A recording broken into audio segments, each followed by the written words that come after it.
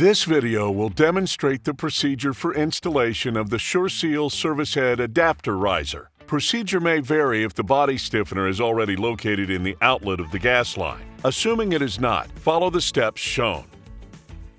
Remove the body stiffener from the nut. Remove the gasket.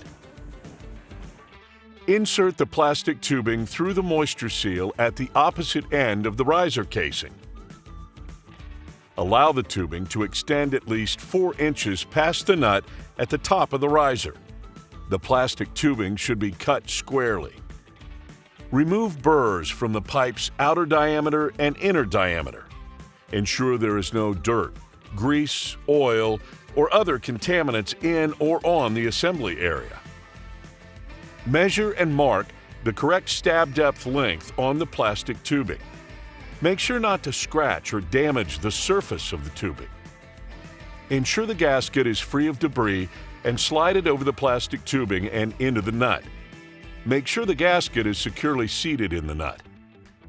Stab the body stiffener into the plastic tubing until the stab depth mark has been reached. The plastic tubing should bottom out inside the body stiffener. With the body stiffener assembly positioned in the plastic tubing, force the plastic tubing down inside the riser casing until the SHA body and nut are in contact. Failure to insert the plastic tubing fully into the body of this fitting could allow the tubing to become disengaged from the fitting and allow gas to leak. Using 2 wrenches for assistance, tighten until the SHA body bottoms out against the nut.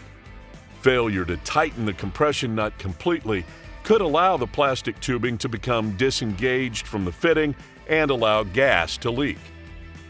Gas leaks can result in fire or explosion. Congratulations! You've completed training on the procedures for installation of the SurSeal service head adapter riser. For more details, contact your GF Central Plastics sales representative.